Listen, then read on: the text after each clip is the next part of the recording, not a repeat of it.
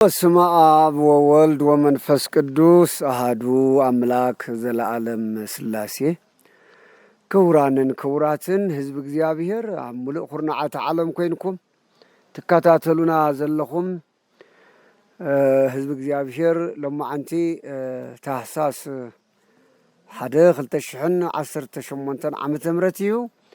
ካብታ ጥንታዊትን ታሪኻዊትን ከተማና ከተማ አክሱም ወይ ከዓ ድማ መንበረ ባኮስ መንበረ ቅዱስ ያሬድ መንበረ ጽላተ ሙሴ መንበረ ብፁዕ ወቅዱስ አቡነ ሰላማ አክሱም ከተማ ናይ 20 ኪሎ ሜትር ዝኣክል ርሕቅ ኢልና ኢና ንርከብ ዝኒና። ሎማዓንቲ ኩልኩም ከም ትፈልጥዎ መዘከርታ ነቢይ እግዚአብሔር ኤልያስ በዚ መዓልቲ እዚ በዚ ዕለት እዚ በብዓመቱ ብድምቀት ዝኽበረሉ ምዃኑ ይፍለጥ። ብፍላይ ናይ ብስም ነቢይ ኤልያስ ዝተሃነፁ ኣብያተ ክርስቲያናት ክሳብ ኣነ ዝፈልጦ ምናልባት ኣብ ሃገር ውሽጢ ዘለኹም ትፈልጡ ተሊኹም ወይ ወፃእ ዘለኹም ኣብ ከምዚ ዓይነት ዝበለ ዓዲ ኣለዉ እንተትብሉና ፅቡቅ እዩ። ዝኾነ ኮይኑ ግን ከም ትግራይ ኣብ ትግራይ ኣብዚ ሓይዝ ኔና ኣላ ቤተ ኤልያስ ትበሃል ዓዲና ዝኔና። ቤተ ኤልያስ እውን ብስሙ ተፀውዖ ይመስለኒ። ቤተ ኤልያስ ማለት ናይ ኣቡነ ኤልያስ ምስ ተተሓዘ ይኸውን ዝብል ሓሳብ ኣለኒ። ብዙሕ እሱ ምርምር ኣይከድኩን ሰባት እውን ኣይሓተትኩን። ግን እንደ ኣቡነ ኤልያስ ቤተ ክርስቲያን ስለ ዝኔና ተከባቢ እውን ከዓ ደሞ ቤተ ኤልያስ ናይ ኤልያስ ቤት ተባሂሉ ዝፅዋዕ ስለ ዝኾነ ምስኡ ተተሓዘ እዩ ዝብል ግን እምነት ኣለኒ። ካሊእ ኣብ ጎጃም ደብረ ኤልያስ ዝበሃል ብዙሓት ሊቃውንቲ ዝፈርይሉ ብዙሓት ቦታት እውን ዝወፅሉ ሊቃውንቲ እንዲያው ብፁዕ ወቅዱስ ኣቡነ ቴዎፍሎስ እውን ናብኡ ከም ዝተምሃሩ ከም ዝተወለዱ ይዝከር። ብዙሓት ጸሓፍያን ደራስያን እውን ዝወፅሉ እዩ። ተመሳሰላይ ዝሕይዝ ኔናሉ ቦታ ቤተ ኤልያስ ግሩም ዝኾነ እዩ ኣከባቢኡ። ልክዕ ቀርሜሎስ ብኣካል ኣነ ከይደ ይረኽዎን ኢየሩሳሌም የከድኩን ካልኣት እውን የከድኩን። ዝኾነ ኮይኑ ግን መጽሓፍ ቅዱስ ከም ዝነገረና ነቢይ እግዚአብሔር ኤልያስ ብዙሕ እየ ዝመላለሰሉን ዝነበሩን እምባ ብፍላይ ካብ ገጽ ኤልዛቤልን ገጽ ኣክዓብን እና ሃደመ ርሕቕ ኢሉ ዝቕመጠሉ ዝነበረ ብዙሓት ካልእ ታሪኽ እውን ታሪክ ዘለዎ እዩ ቀርሜሎስ እምባ ቀርሜሎስ። ካብ ዝገርም ዝሕይሕ ሒዝናዮ ዝኔናሉ ቤተ ክርስቲያን ቤተ ኤልያስ ቤተ ነቢይ ኤልያስ እውን ትእምባ ክርአ ከሎ ብጣዕሚ ዝገርም እዩ። ካብቲ ቤተ ክርስቲያን ክሳብቲ እምባ ላዕሊ ክንወፅእ ከለና ኣዝዩ ዓብይ ነዊሕ እምባ እዩ። ብጣዕሚ በሊሕ እምባ እዩ። ኣብ ላዕሊ ወፂና ድማ ከምቲ ታሪክ ዝነግረና ርኢና ያለና ክትሪእዎ ኢኹም ኣብዚ ምስቲ ቪድዮ እውን ናይ ቀደም ቤተ ክርስቲያን ዝነበረ ኣለዎ እዩ። ግን ብመበል 15 ክፍለ ዘመን ግራኝ ኣሕመድ ወይም ኢብራሂም ኣሕመድ ሙሉእ ኢትዮጵያ ክወርር ከሎ ነዚ ቦታ እዚ እውን ከም ዘጥፍኦ ተነጊሩና ኣሎ። ዝኾነ ኮይኑ ዝርኡ ግን ኣዝዩ ቅዱስ እዩ። ብኣውልዕ ዝተፈላለዩ እፅዋት ዝበለፀ ቦታ ኢና ዝኔና። ስለዚ በዚ መልእክቲ እዚ ሎማዓንቲ ናባኻትኩም ከም መሓልፍ ሓደ ነገር ትዝኢሉኒ እዩ። ብሰፊሑ ቃል እግዚኣብሔር ክነምህር ፊድና ኢና እሱ እውን ክትሪእዎ ኢኹም። ብዛዕባ ነቢይ ኤልያስ ክነልዕል ከለና ናይ ነቢይ እግዚአብሔር ኤልያስ ህይወት ታሪክ ክርኢ ከለና ዝገርም ነቢይ እዩ። ኩሎም ነቢያት እውን ናይ ባዕሎም ጸጋ ዝሃቦ መንፈስ ቅዱስ ዝሃቦም ጸጋ ኣለዎም። ግን መጽሓፍ ቅዱስ ከም ዝነገረና ግን ቀናኢ ንኣምላኹ ነቢይ እዩ። ኣዝዩ ግሩም ዝኾነ ነቢይ እግዚአብሔር ኣምላኽ ዝተጠቐመሉ ንሱ እውን እግዚአብሔር ብኣግባቡ ከምቶም ሕሩያት ኣቦታቱ ዝሰዓበ ነቢይ እግዚአብሔር እዩ። ልክዕ ኣብ ኦሪት ዘፍጥረት ምዕራፍ 5 ከም ነንቦ ብዕብራውያን እውን ቅዱስ ጳውሎስ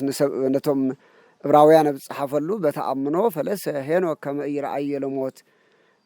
ሄኖክ ብእምነት ሞት ንኸይርኢ ብእምነት ተወሰደ። ብእምነት ተወሰደሉ ታብ ሞት ገጽ ዝተሰወረሉ ከዓ ድማ ንእግዚአብሔር ብምእማኑ ኣሚኑ ብንዑ ብምስዓቡ እዩ ተባሂሉ እዩ ኣብ ኦሪት ዘፍጥረት እውን ተጻሒፉ ንረኽቦ ንሱ እዩ። ሄኖክ ንኩሉ ዓመታት ምስ ፀንሐ ብእምነት ተወሲዱ ሎሚ ክሳብ ጎይታ ዝምለስ ክሳብ ናብ ዳግም ምጽኣት ዝመጸሉ ኣከባቢ እትጸረ ክርስቶስ ሐሳዊ መሲህ ክሳብ ትስእ ሄኖኩን በህይወት ስጋ ከምዘሎ ኢና ንፈልጦ ብተመሳሰላይ ልክዕ እውን እዚ ብፁዕ ዝኾነ ቀናኢ ለኣምላኹ ዝኾነ ነቢይ እግዚአብሔር ኤልያስ እውን ክሳብ ሎሚ ብሰረገላ ኤልያስ ተነጢቑ ብሰረገላ መንፈስ ቅዱስ ተለጢቑ ብሓይሊ ሰረገላ ተነጢቑ እግዚአብሔር ዘዳለወሉ ስፍራ ዘሎ ዓብይ ነቢይ እዩ ስለዚ ተሰፊሕ ትምህርቲ አንተ ስለ ዝተምሃርና ክፍኖ ስለ ዝኾነ ስለ ትስዕብዎ ኣነ ግን ዝመፀ ኩሉ ዋና ሎሚ ዝኔና ሰባት እንታብ ነቢይ ኤልያስ ታይኮን ንምሃር እዩ ብፍላይ ናይ እግዚአብሔር አገልገልቲ ጳጳሳት ሊቃነ ጳጳሳት ካህናት ዝኾና ሰበኽቲ ናይ እግዚአብሔር አገልገልቲ ተባሂልና ተፀውዕና ብዘመንና ታብ ነቢይ ኤልያስ ታይ ንምሃር ንኾን እዩ ናይ ነቢይ ኤልያስ ህይወት ሎሚ ንዓና ክንደይ ዝኣክል የምህረና ደሎ ዝብል እምነት እዩ ከም ትፈልጥዎ ነቢይ እግዚአብሔር ኤልያስ ቀናኣና ኣምላኾታ ምዃን ኣብ ገጽ ኤልዛቤልን ኣብ ልዕሊ ኤልዛቤልን ኣብ ልዕሊ ኣክዓብን ዝወሰዶ ጥንኩር ዝኾነ መልእኽቲ ተቃውሞ ተግሳጽ ንፈልጦ ኢና ብዘመንና ድማ ዓለምና ስክረእይዎ በትሽዑ ዝነበረ ናይ ቀደም ሻውዓይ መንግስቲ እስራኤል ዝኾነ ኣክዓብን ኢና ንርኢ ዘለና እቲ ካብ ኩሎም መራሕቲ እስራኤል ዝበኣስ ሓጢያት ዝሰርሐ ሰብ እዩ በዓልቲ ቤት እንትኾነ እውን ካብ ኩለን ኣብ እስራኤል ብዙሕ ስህተት ፈፂመን ተባሂለን ዝእመነለን ደቂ ኣንስትዮ እቲ ዝበኣሰን ዝዓበየን ክፍኣት ዝፈጸመት ሰበይቲ እያ ኤልዛቤል መንፈስ ኤልዛቤል ኣብ ኤልዛቤል ዝነበረ መንፈስ ሓደገኛ መንፈስ እዩ ነይሩ በቲ ከምዚ ዓይነት ዝበለ ንጉስን ንግስትን ኣብ ዝነበረሉ እምበር እዩ ኤልያስ ዝነበረ ስለዚ ኤልያስ ነዞም ሰብ እዚኦም ብሓይሊ እግዚአብሔር ከመይ ገይሩ ከም ዝገሰጾም ክሳዕ መወዳእታ ጸኒዑ በቲ እግዚአብሔር ዝሃቦ ጸጋ ድሕሪት ከይበለ ተዓዊቱ ከም ዝኸደ ርኢና ኣለና ሎምስ ይትሕቶ ሎምስ ኣብ ምድርና ክንደይ ዝኣኽሉ ትማሊ ይኹን ብቕር ትማሊ ሕዚ ብዘመንና ከዓ ክንደይ ዝኣኽሉ ከም ኤልዛቤል ዝጨከና ከም ኣክዓብ ዝጨከኑ ኣብ ዓለምና ብዙሓት ክንዲ ዋላ ሓጢያት ይገብሩ ተዘይበልና ታብኡ ዘይነኣሰ ሓጢያት ዝገብሩ ብዙሓት እኒአው እዮም ኣብ ዓለም ንኣብነት ዝኣክል ዝሓይዝ ኩላ መሬት እንታፍቶም ደቂ ዓድን ካህናትን ሊቃውንትን ምእመናንን ከም ተረዳኽዎ ትግራይ ብሙላ ኣብ 2013 ዓመተ ምህረት ብዘይ በደላ ብዘይ ጥፋኣታ ኣቦታትና ክምስሉ ኣብ ክንዲ ዘኸለስኩ እንታይ ኮንኩ ወይ ኢደይ ተነኸስኩ ይብል ወይ በአምሓርኛ ቋንቋ ኣሎ ወርቅ ላበደረ ጠጠር ይብሉ እንታይ ማለት ብትግርኛ ወርቅ ንዘለቅሕስ ሓሸዋ ወይ ከዓ ደሞ ጠጠር እንታይ ንብሎ ሕፃ መሃብ ማለት እዩ ስለዚ ህዝቢ ትግራይ ንኢትዮጵያ እንተባህለ ሃገር ንህዝቢ ኢትዮጵያስ ታይሞ ዓምድ ሕቆ እዩ ደምስር እዩ ኩሉ ነገር ዝሃበ ታሪክ መሃብ ጥራይ ከይኮነስ ዋጋ እውን እናኸፈለ ዝመፀ ህዝቢ እዩ ብፍላይ ብዘመናስ ዝሓለፈነስ ንብሔር ብሔረሰባት ተባሂሉ ተደፊኑ ዝነበረ ህብረተሰብ ከም ሰብ ንኽነብር ክዳኖም ተኸዲኖም ዘይፈልጡ ታሪኾም ዘይፈልጡ ነበሩ ከም ማንም ኢትዮጵያዊነትና ተባሂሎም መብቶም ተሓሊሎም ሰብ ኮይኖም ቋንቋኦም ፊደሎም ብደለይዎ ቋንቋ ብደለይዎ ስርዓተ ምሕደራ ንኽመሓደሩ ዓብይ ዋጋ ዝኸፈለት እያ ትግራይ ዓብይ ዋጋ ይኸፊላ ልዕሊ 60,000 ቶም ሽዑ ዝነበሩ ዝነግሩና እምበር 60,000 ጥራይ ይኾን እግዚኣብሔር ገዛ ይፍለጦዋ ልዕሊ 60,000 ግን ከምቲ ዝብሉና ግን ተገቢሮም እዮም ተጋሩ በቲ ቀዳማይ ብዘመነ ደርጊ ልዕሊ 100,000 ዝኣክል ከዓ ጉዱእ ኣካል ኮይኑ ዝሰናኺሎም ክሳብ ሎም እኳ ዝበልዑ ወሰቲ ወሲኖም ሕዚ እውን እንተኾነ ደሞ ያው ብድኻም ብመከራን ሞይቶም እዞም ኩለይ ዋጋ ገቢሮም እዮም ሓሊፎም ነዚ ከምዚ ዝበለ ህዝቢ ኣብ 2013 ዓመተ ምህረት ታፍቲን ተኣኻኺቡ ናይ ኢትዮጵያ መንግስቲ ናይ ባዕሉ ናይ ብሔር ብሔረሰባት ወታደራትን ናይ ኢትዮጵያ ወታደራትን ንኢስዎ ናይ ካሊእ ሃገር ናይ ወፃእ ሃገር እውን ናይ ኤርትራ እውን ሃገር ኤርትራ እውን ወታደራት ፀዊዑ ተዋሕሊፉ እውን ናይ ሶማልያ ሓይል እንተይቀረየ እትዩ እንደገና መዳፍዕን ሚጋትን ንኢስዎስ ናይ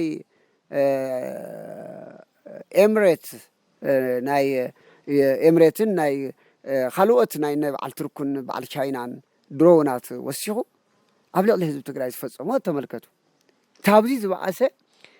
ታብ ናይ ኣክዓብን ዛሰበይቲ ኤልዛቤልን ትርኢናዮሲ ሳቶም ጣዖት እዮም ኣምሊኾም ኣጋንንቲ ገለታት እዮም ነይሮም ክንዲ ዝኣክል ንህዝቢ እስራኤል ከም ዝገረመ ይጥፍዎ ነይሩ ኣባና ዝኩሉ ኾን ከሎ ግን ኣብ እግሪ ኤልያስ ነቢያት ናይ ኦሪት ነቢያት ዘይኮናስ ናይ ሓድሽ ኪዳን መምሃራን ናይ ሓድሽ ኪዳን ጳጳሳት ናይ ሓድሽ ኪዳን ሊቃውንቲ ዘለናዮ ዘመን እዩ ኢና ዘሕለፍናዮ ናይ ሓድሽ ኪዳን መምሃራን ናይ ሓድሽ ኪዳን ሰበኽቲ ናይ ሓድሽ ኪዳን ካህናት ግን ኣብ ዘለውዎ እዩ ሲኖዶስ ተባሂሉ ብሊቃነ ጳጳሳት ፓትርያርክ ዝምራሕ ሲኖዶስ ኢትዮጵያ ዘለዎ ካልኦት ቤተ እምነት እውን ዘለዎ ኣብ ኤልያስ መንበር ድሕሪ ኣብ ሐዋርያት ኣብ ነቢያት መሰረት ነቢያትን መሰረት ሐዋርያትን ትምህርቲ ሐዋርያትን ተሃኒፅና ኢና ኢላ ተኣምን ቤተ ክርስቲያን ወይ ድማ ሲኖዶስ ኢትዮጵያ ኣብ ዝሓለፈ ግን እስኪ ተመልከትዎ ዝህዝቢ ከም ዝተነገረኒ እዛ ኣከባቢ እዚኣ ልዕሊ 3 ወርሒ 2 ወርሕታት ዝሕይዝ ነናሉ ታህሳስ ሓደ ጀሚሩ ክሳብ የካቲት ኣብዚ ዓስኪሩ ዝነበረ ሓይሊ ክንደይ ዝኣክል ኣብዚ ህዝቢ ከም ዘጥፈአ ክንደይ ዝኣክል ንጹሃን ኣብዚ ከም ዝቐተለ ክንደይ ዝኣክሉ ወገናትና ኣብዚ ከም ዘበሎም ይነግሩን ነይሮም ማለት እዩ ስለዚ ዝሕይዝ ነናሉ ዘመን ኣክዓብ ዘመነ ኤልዛቤል እዩ መባል ይከኣል እዩ መቸም ሓደ ክሰምዑ ከለዎም ክኸፍአኩም ይኽእል እዩ ስለዚ በዚ ዘመን እዚኡ ካብ ኤልያስ ምንም ኣይተማሃርና እዚ ክፍፀም ከሎ ናይ ኤልያስ መንገዲ ተኸቲልና እንተንኾን ነርና ዓገብ ንበልና ነርና ናይ ኢትዮጵያ ሲኖዶስ ይኹን ናይ ካልኦት ቤተ እምነት እውን ህዝቢ ተጥፍእ ኣለኻ እንተ ደፍቲ ይኹን እንተ ዓገብ ህዝበይ ትጨርሽ ክበሃል እንዳተገብኦ እዚ ግን ኣይገበርና ስለዚ ናይ ኤልያስ ኣምላኽ ከመይ ኮን ይርኤና ይኾን ኤልያስ እንታይ ኮን ይርኤና ይኾሎም ብሂወት እንዲ ዝኒሄ ኤልያስ እንታይ ኮን ይብለና ይኾን ንዓና ክርኤና ከሎ እዚ ዘግርም እዩ ስለዚ ሕዚ እውን ክንመሃር ይግበአና እዩ ሕዚ እውን እንተኾነ ገና ኣብ ትግራይ ይኹን ኣብ ኢትዮጵያ ይኹን ኣብ ኣፍሪካ ይኹን ኣብ ኩሉ ኤርትራ ሓዊሱ ሕጂ እውን ዝኾነ ህዝቢ ኣበይም ዘሎ ህዝቢ ኣብ መከራ ዘሎ ህዝቢ እኒሄ እዩ ኣብ ፈተና ዘሎ ህዝቢ እኒሄ እዩ ነፃነት ዘይረኸበ ህዝቢ እኒሄ እዩ መከራ ዝፀግብ ዘሎ ህዝቢ እኒሄ እዩ ኣብዚ ዘመን ዘለና ሰባት እውን በእውነት መራሕቲ ሃይማኖት ኢና ንብል በተለይ ብክርስቶስ ንኣምር ክርስቶሳውያን ዝኸምዚ ዓይነት ዝበለ ከም ኤልያስ ቆሪፅና ሕዚ እውን እንተኾነ ክንቃለሰው ይግባእ ሕዚ እውን እንተኾነ ህዝቢ ትግራይ ገና ናይ ጥይት ዳእዩ ድምፂ ጠፊኡሉ እኒሄ እምበር ገና ኣብ ትግራይ ሙሉእ ክንደይ ዝኣክል ተፈናቐለ ህዝቢ እኒሄና ኣብ ቴንዳ ተቐደደ ኣብ ሱዳን ክንደይ እኒሄና እዩ ገና ይመውት እኒሄና ህዝብና እዚ ህዝቢ እዙ ንክምለስ ክሳብ ሕጂ እውን እንኳንስ ድምፂ ዘይኮነ ናይ ኢትዮጵያ ሲኖዶስ ንበሉ ናይ ካልኦት ቤተ እምነት ሲ ዋ ናይ ዝሓለፈ ሓሊፉ እዩ ትማልስ ሓሊፉና ኣሎ ይበልናን ሎምስ ግደፍ ተባሂሉ ውዕሊ ብሪቶርያ ንክፍፀም እኳ ተፅዕኖ ክንፈጥረ ንርአን ዘለና ኣብ ትግራይ ዘለና እንተኾነ እውን ሰነፋት ኢና ንኽእሉ ዘለና ስለዚ መራሕቲ ኢትዮጵያ ይኮንኩም ኣብ ትግራይ ዘለኹም እውን እንተኾነ እንዲያው ልቢ ናብ ልቢ ኣጥሪኹም ሕዚ እውን ውዕል ሰላም ተፈፂሙልና ህዝብና ናብ መረበቱ ክምለስ ከም መወዳእታ ካብ መጀመርያ እኮ ካብ ዝገርመኩምስ ንስሓ ኣትዩ ጥፋኣተይ ኢሉ ኣሚኑ ስለዚ ሕዚ እውን ትማሊ ኣብ ልዕሊ ህዝቢ ትግራይ መከራ ዘውፅሕኩም ትማሊ ሓሊፉ ወብፂሕምና ኣለኹም ሞ ሕዚ እኳ ነቲ ዝቐርየስ ክትርህሩ ይግበአኩም ሕዚ እኳ ነቲ ዝቐርየስ ንስሓ ክትኣትዉ ይግበአኩም ሕዚ እኳ ነቲ ዝቐርየስ ርስቲ ትግራይን መሬት ትግራይን ግዝኣት ትግራይን ተመሊሱ ህዝቢ ትግራይ ይመለስ ክትብሉ ይግበአኩም ነይሩ አንቱም መራሕቲ አንቱም ናይ ሃይማኖት ቦታት እዚ ሞ ንሕና እውን ሎሚ ከም ኤልያስ ክንኮን ይግበአና ከም ነቢይ ኤልያስ ቆራፃት ክንከውን ይግበአና ካብ ሐዋርያት ደግሞ ከም ዮሐንስ መጥምቅ ቆራፃት ክንከውን ይደልወከ ታውሱ በሲተ እሁከ ፊልጶስ ኢሉ ኣብ ሄሮድስ ፊት ንፊት ከም ዝተጋጠመ ከም ነቢይ ከም ሐዋርያ ሰማዕት መጥምቀ መለኮት እውን ክንኮን ይግበአና እዩ ሎሚ በደል ዝፍፀም ዘሎ ከም ዮሐንስ ኣፈወርቅ እውን ክንከውን ይግበአና እዩ ዮሐንስ ኣፈወርቅ ንሓንቲ ድኻ መበለት እዩ ዋጋ ከፊሉ ካብ መንበሩ ተሰዲዱ ክንደይ ዝኸፈለ ሓንቲ ድኻ መበለት ፍትሒ ስለ ዝሰኣነት ሎም ዳ ክንደይ መበለታት እኒዋ ዝበኽያ ሎም ዳ ክንደይ ፍትሒ ዝሰኣነ እኒሄና ስለዚ ንሕና ናይ ሃይማኖት ቦታት እዩ እውን እንታይ ኮን ንምሃር ታብ ኤልያስ እንታይ ኮን ንምሃረልና ታብ ሊቃውንት ስለዚ ሕዚ እውን ፍትሒ ርትዕ ንምንጋስ ንቐፅል ዝብል እምነት ኣለኒ ሕፅር ከብሎ ከለኹም አንቱም ንህዝቢ ትግራይ ትመርሑ ዘለኹም እንተዶ ኣብ ግዝያዊ ምምሕዳር ዝኒኹም እቲ ምሳኻትኩም ዝፈረመ እንተዶ ምስ ሕወሓት ዝፈረመ መንግስቲ ኢትዮጵያ እቲ ውዕል ብሪቶርያ ኣይፍፅምን እንተኢልኩም እሲ እቲ ህዝብና ሞተ ንምንታይ ኢኹም ኣብይና ዝብል ቋንቋ ንምንታይ ኢኹም ዘይተወፁ ንምንታይ ኢኹም ንዓለም ዘይተስምዕዎ ንምንታይ ኢኹም ኣካያድ ኣባገውየ ትኸዱ ዘለኹም እንድሕር ዝኣብየኩም ኮይኑ ዘይፍፅም እሲ ንዓለም ኣብይና ዘይትብሉ ኣብይና እንተኢሉ ካሊእ መፍትሒ ምእላሽ እንታይ ማለት እዩ ዋ ህዝቢ ዓለም ክረድእ ንሃይማኖት ቦታት እውን ዝዓቕምና ክንሰርሕ እሲ እዚህ ጉን እኹት ጥንክሪ ይግባኩም ካልኣይ ኣብ ትግራይ ዝኒኹም ይኹን ታብ ትግራይ ወፃእ ዘለኹም ይኹን እስኪ ልቢ ግዝኡ ትማሊ ዝኹሉ ሓሊፍናስ ሕዚ ትማሊ ይነግሩን ነይሮም ኣብዛ ዓዲ እዚኣ ክነግረኩም እየ ውፅእ ኣቢለ ኣብዚ ሓደ ተጋዳላይ በይ ከም ዝኾነ ዓዲ ይፍለጥን ኢሎም ሓደ TDF ኣብዛ ዓዲ እዚኡ ግን ዝኾነ ኮይኑ ፀላኢ ኣብዛ ዓዲ ሂወቱ ተሰዊ ኢሎሞ ኣብ ጅቡእሲ ሓንቲት ብጣሽ ወረቐት ረኺብናል ኢሎምኒ ብጣዕሚ ዝሕዝን ሓንቲት ብጣሽ ወረቐት ፅሕፍቲ ታእያ ትብል ነይራ ኢለዮም ነቶም ካህናት እሲ ኣየኹም ብፆትና ኣየኹም ትብል እያ ነይራ ተቐዳል እና እገለ ስመይ ከዓብርሃ ዝበሃል ንሳ ጥራይ ገዲፉ ትሰዊዩ ኣብ እንዳ ኪዳነ ምህረት ቤተ ክርስቲያን ብክብሪ ተቐሚጠሎ ኢሎምና ከምዚ ዝበሉ ኣሽሓት ደቅናሲ ኣብ ምእንቲ ህዝቢ ትግራይን ህላዌ ትግራይ ነፃ ኮይና ዳግም ከይትሞትሲ ብዙሓት ተጋደልቲ ብዙሓት TDFት መስዋዕቲ ከፊሎም እዮም ሕዚ እውን ብዙሓት ደቅና ኣነ ተመላሊሰ ዝረኽዎም ኣብ ናይ መለስ ካምፓስ ኣብ መቐለ ኣብ ናይ ሕክምና ዝካየድሉ ዘሎ ስሙ ኣዋሽ ሕክምና ተመላሊሰ ሪአ እየ ምንቅስቃስ ሰኣኑ ክንደይ ጀጋን ደቅና እኒኡ ሕክምና ሰኣኑ ክንደይ ደቅና እኒኡ ክንደይ ደሞ ተቆሳሲሎም እኒኡ ዘም ኩለይ እኒኡ እንደገና ቶም ብሂወት ዝኒኡ ከዓ ደሞ ክሳብ ሕይሲ ደረቕ ዳቦ ይብሉ ኣለዉ ጠሚና ይብሉ ኣለዉ ምእንቲ ህዝቢ ትግራይ ንምንታይ ኢኹም ከምዚ ንምንታይ ኢና ዜሮ ናብ ዜሮ ክሳብ ትወርዱሲ እንታይ ኢኹም ትኾኑ ዘለኹም እንታይ ኢኹም ዝገብሩ ዘለኹም ልቢ ግዝኡ ዝብል ሎማዓንቲ ኣብ እምባ ቀርሜሎስ ትመስል እምባ ከተማ ማለት ገዳም ደብረ ኤልያስ ቤት ኤልያስ ኮይነ እዛ መልእኽተ የመሓልፈልኩም ኣለኹ እሞ ንተሓባበር ንስመር እግዚአብሔር ምስኩልና ይኹን በረኸተ ቦና አቡነ ኤልያስ ምሳና ይኹን ደሓንኩ ነው